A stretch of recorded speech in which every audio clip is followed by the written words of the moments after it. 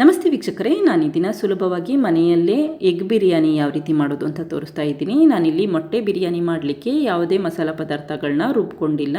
ಸುಲಭವಾಗಿ ಕಡಿಮೆ ಸಾಮಗ್ರಿಗಳನ್ನ ಉಪಯೋಗಿಸಿ ಹಾಗೆ ಕಡಿಮೆ ಸಮಯದಲ್ಲಿ ಮಾಡೋದು ಹೇಗೆ ಅಂತ ತೋರಿಸ್ತಾ ಇದ್ದೀನಿ. ಹಾಗೆ ನಿಮಗೆ ಈ ವಿಡಿಯೋ ಇಷ್ಟ ಆದರೆ ಪ್ಲೀಸ್ ವಿಡಿಯೋನ ಲೈಕ್ ಮಾಡಿ, ನನ್ನ ಚಾನಲ್ಗೆ ಸಬ್ಸ್ಕ್ರೈಬ್ ಮಾಡಿ. ಈಗ ಮೊಟ್ಟೆ ಬಿರಿಯಾನಿ ಅಥವಾ ಎಗ್ ಬಿರಿಯಾನಿ ಯಾವ ರೀತಿ ಮಾಡೋದು ಅಂತ ನೋಡ್ಕೊಳ್ಳೋಣ ಬನ್ನಿ. ಮೊದಲು ಪಾತ್ರೆಗೆ 4 ಟೇಬಲ್ ಸ್ಪೂನಷ್ಟು ಎಣ್ಣೆ ಹಾಕ್ಕೊಂಡಿದ್ದೀನಿ.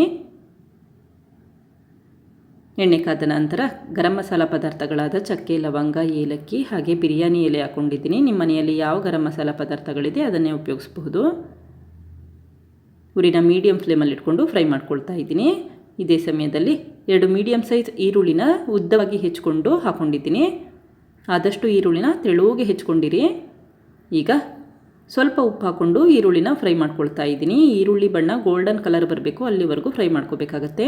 ನೋಡಿ, ಈರುಳ್ಳಿ ಬಣ್ಣ ಈ ಬಣ್ಣ ಬಂದಿರಲಿ, ಆವಾಗಷ್ಟೇ ಬೇರೆ ಮಸಾಲ ಪದಾರ್ಥಗಳನ್ನ ಹಾಕೊಳ್ಳಿ. ಈಗ 2 ಹಸಿರು ಮೆಣಸಿನ್ಕಾಯಿ ಹಾಕ್ಕೊಂಡಿದ್ದೀನಿ. ನಂತರ 2 ಟೇಬಲ್ ಸ್ಪೂನಷ್ಟು ಶುಂಠಿ ಬೆಳ್ಳುಳ್ಳಿ ಪೇಸ್ಟ್ ಹಾಕ್ಕೊಂಡು ಫ್ರೈ ಮಾಡ್ಕೊಳ್ತಾ ಇದ್ದೀನಿ. ನೀವು ಈರುಳ್ಳಿನ ಎಷ್ಟು ಚೆನ್ನಾಗಿ ಫ್ರೈ ಮಾಡ್ತೀರಾ ಅಷ್ಟು ಚೆನ್ನಾಗಿ ಬಿರಿಯಾನಿ ಟೇಸ್ಟ್ ಬಂದಿರುತ್ತೆ. ಈಗ ಅರ್ಧ ಕಪ್ಪಷ್ಟು ಸಣ್ಣಗೆ ಹೆಚ್ಚಿರುವಂಥ ಪುದೀನ ಹಾಕ್ಕೊಂಡಿದ್ದೀನಿ. ನಂತರ ಅರ್ಧ ಕಪ್ಪಷ್ಟು ಸಣ್ಣಗೆ ಹೆಚ್ಚಿರುವಂಥ ಕೊತ್ತಂಬರಿ ಸೊಪ್ಪು ಹಾಕ್ಕೊಂಡು ಫ್ರೈ ಮಾಡ್ಕೊಳ್ತಾ ಇದ್ದೀನಿ. ಈ ರೀತಿ ಕೊತ್ತಂಬರಿ ಸೊಪ್ಪು ಮತ್ತು ಪುದೀನನ ಎಣ್ಣೆಲೇ ಫ್ರೈ ಮಾಡೋದ್ರಿಂದ ಫ್ಲೇವರ್ ಚೆನ್ನಾಗಿ ಬಿಡುತ್ತೆ ಅಂತಷ್ಟೇ. ಈಗ 2 ಮೀಡಿಯಂ ಸೈಜ್ ಟೊಮ್ಯಾಟೊನ ಸಣ್ಣದಾಗಿ ಹೆಚ್ಚಿ ಫ್ರೈ ಮಾಡ್ಕೊಳ್ತಾ ಇದ್ದೀನಿ. ಟೊಮ್ಯಾಟೊ ಎಲ್ಲ ಚೆನ್ನಾಗಿ ಸ್ಮ್ಯಾಶ್ ಆಗಬೇಕು ಮತ್ತು ಈ ರೀತಿ ಎಣ್ಣೆ ಬಿಡಲಿಕ್ಕೆ ಶುರುವಾಗಬೇಕು, ಅಲ್ಲಿವರೆಗೂ ಫ್ರೈ ಮಾಡ್ಕೊಳ್ಳಿ.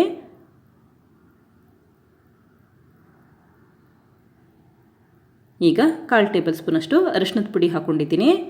ನಂತರ 2 ಟೇಬಲ್ ಸ್ಪೂನಷ್ಟು ಅಚ್ಚ ಖಾರದ ಪುಡಿ ಹಾಕ್ಕೊಳ್ತಾ ಇದ್ದೀನಿ. ಖಾರ ಜಾಸ್ತಿ ಬೇಕು ಅಂತಂದರೆ ಅಚ್ಚ ಖಾರದ ಪುಡಿ ಹಾಗೆ ಹಸಿರು ಮೆಣಸಿನ್ಕಾಯಿ ಪ್ರಮಾಣ ಜಾಸ್ತಿ ಮಾಡ್ಕೊಳ್ಳಿ. ಈಗ 1/4 ಟೇಬಲ್ ಸ್ಪೂನಷ್ಟು ಗರಂ ಮಸಾಲ ಪುಡಿ ಹಾಕಿ ಮಿಕ್ಸ್ ಮಾಡ್ಕೊಳ್ತಾ ಇದ್ದೀನಿ. ಗರಂ ಮಸಾಲ ಪುಡಿನ ಕೊನೆಯಲ್ಲಿ ಕೂಡ ಹಾಕೋಬಹುದು ಅಥವಾ ಈ ಸಮಯದಲ್ಲಿ ಕೂಡ ಹಾಕೋಬಹುದು.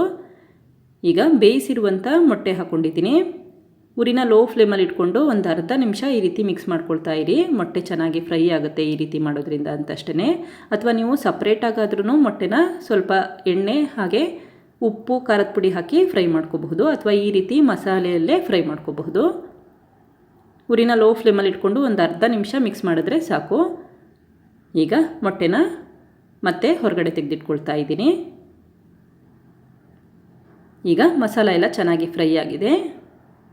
ಈಗ 1.5 ಗ್ಲಾಸಷ್ಟು ನೀರು ಹಾಕ್ಕೊಳ್ತಾ ಇದ್ದೀನಿ. ನಾನಿಲ್ಲಿ 1 ಗ್ಲಾಸಷ್ಟು ಬಾಸುಮತಿ ಅಕ್ಕಿ ಉಪಯೋಗಿಸಿರೋದ್ರಿಂದ 1.5 ಗ್ಲಾಸಷ್ಟು ನೀರು ಹಾಕ್ಕೊಂಡು ಉರಿನ ಮೀಡಿಯಂ ಫ್ಲೇಮಲ್ಲಿ ಇಟ್ಕೊಂಡು ನೀರನ್ನು ಕುದಿಲಿಕ್ಕೆ ಇಟ್ಕೊಂಡಿದ್ದೀನಿ. ಇದೇ ಸಮಯದಲ್ಲಿ ರುಚಿಗೆ ತಕ್ಕಷ್ಟು ಉಪ್ಪು ಹಾಕ್ಕೊಂಡು ಮಿಕ್ಸ್ ಮಾಡ್ಕೊಳ್ತಾ ಇದ್ದೀನಿ.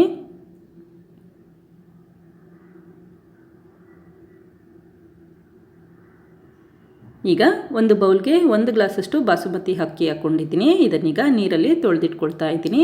ಬೇರೆ ಅಕ್ಕಿ ಹಾಕೊಳ್ಳೋದಾದರೆ ನೀರಿನ ಪ್ರಮಾಣ ಜಾಸ್ತಿ ಮಾಡ್ಕೊಳ್ಳಿ. ಬಾಸುಮತಿ ಅಕ್ಕಿ ಹಾಕಿದ್ರಷ್ಟೇ 1.5 ಗ್ಲಾಸಷ್ಟು ನೀರು ಹಾಕೋಬೇಕಾಗತ್ತೆ. ಈಗ ಈ ಅಕ್ಕಿನ 20 ನಿಮಿಷ ನೀರಲ್ಲಿ ನೆನೆ ಹಾಕಿಟ್ಕೊಂಡಿದ್ದೀನಿ. ಈಗ ನೆಂದಿರುವಂಥ ಬಾಸುಮತಿ ಅಕ್ಕಿನ ಕುದೀತಾ ಇರುವಂಥ ಮಸಾಲ ನೀರಿಗೆ ಹಾಕ್ಕೊಳ್ತಾ ಇದ್ದೀನಿ. ನಾನಿಲ್ಲಿ ಬಾಸುಮತಿ ಅಕ್ಕಿನ ಮುಂಚೆನೇ ನೆನೆ ಹಾಕಿದ್ದೆ. ನೀವು ಅಷ್ಟೇ ಮಸಾಲೆ ಫ್ರೈ ಆಗೋಕ್ಕಿಂತ ಮುಂಚೆನೇ ನೆನೆ ಹಾಕಿಟ್ಕೊಂಡಿರಿ. 20 ನಿಮಿಷ ಬಾಸುಮತಿ ಅಕ್ಕಿ ನೆನೆಬೇಕಾಗುತ್ತೆ. ಈಗ ಒಂದು ಸರಿ ಲೈಟಾಗಿ ಮಿಕ್ಸ್ ಮಾಡಿ ಲಿಡ್ ಕ್ಲೋಸ್ ಮಾಡಿ ಮೀಡಿಯಂ ಫ್ಲೇಮಲ್ಲಿ ಒಂದು 5 ನಿಮಿಷ ಬೇಯಲಿಕ್ಕೆ ಇಟ್ಟಿದ್ದೀನಿ. ಈಗ 5 ನಿಮಿಷ ಆಗಿದೆ. ನೀರಿನ ಪ್ರಮಾಣ ಎಲ್ಲ ಸ್ವಲ್ಪ ಕಡಿಮೆ ಆಗಿದೆ. ಈ ಸಮಯದಲ್ಲಿ ಫ್ರೈ ಮಾಡಿರುವಂಥ ಮೊಟ್ಟೆ ಹಾಕ್ಕೊಂಡು ಲೈಟಾಗಿ ಮಿಕ್ಸ್ ಮಾಡ್ಕೊಳ್ತಾ ಇದ್ದೀನಿ. ತುಂಬ ಮಿಕ್ಸ್ ಮಾಡೋಕ್ಕೆ ಹೋಗಬೇಡಿ, ಆವಾಗ ಬಾಸುಮತಿ ಅಕ್ಕಿ ಎಲ್ಲ ಬೇಗ ಕಟ್ಟಾಗಿಬಿಡುತ್ತೆ. ಈ ರೀತಿ ಲೈಟಾಗಿ ಮಿಕ್ಸ್ ಮಾಡಿ ಲಿಡ್ ಕ್ಲೋಸ್ ಮಾಡಿ ಒಂದು 5 ನಿಮಿಷ ಲೋ ಫ್ಲೇಮಲ್ಲಿ ಬೇಯಲಿಕ್ಕೆ ಇಟ್ಟಿದ್ದೀನಿ. ಈಗ 5 ನಿಮಿಷ ಆಗಿದೆ. ಅನ್ನ ಬೆಂದಿದೆಯೋ ಇಲ್ವೋ ಅಂತ ಒಮ್ಮೆ ನೋಡ್ಕೊಳ್ಳಿ. ಈಗ ಬಾಸುಮತಿ ಅಕ್ಕಿ ಚೆನ್ನಾಗಿ ಬೆಂದಿದೆ ನೋಡಿ. ಈ ರೀತಿ ಹುಡಿ ಹುಡಿಯಾಗಿದ್ದರೆ ಬಿರಿಯಾನಿ ಕರೆಕ್ಟಾಗಿ ಬಂದಿದೆ ಅಂತ ಅರ್ಥ. ತುಂಬ ರುಚಿಯಾಗಿರುತ್ತೆ. ನೀವು ರೆಸ್ಟೋರೆಂಟ್ ಅಥವಾ ಹೋಟೆಲಲ್ಲಿ ತಿಂದಿರ್ತೀರಲ್ಲ, ಅದೇ ರೀತಿ ಮೊಟ್ಟೆ ಬಿರಿಯಾನಿ ರುಚಿಯಾಗಿರುತ್ತೆ. ನೋಡಿದ್ರಲ್ಲ ವೀಕ್ಷಕರೇ, ಎಷ್ಟು ಸುಲಭವಾಗಿ ಮೊಟ್ಟೆ ಬಿರಿಯಾನಿ ಮಾಡಬಹುದು ಅಂತ ಗೊತ್ತಾಯ್ತಲ್ವ. ತುಂಬಾ ರುಚಿಯಾಗಿರುತ್ತೆ. ನೀವು ಕೂಡ ಪ್ರಯತ್ನಿಸಿ. Thank you. ಲೈಕ್ ಮಾಡಿ ಮತ್ತು ಸಬ್ಸ್ಕ್ರೈಬ್ ಮಾಡಿ.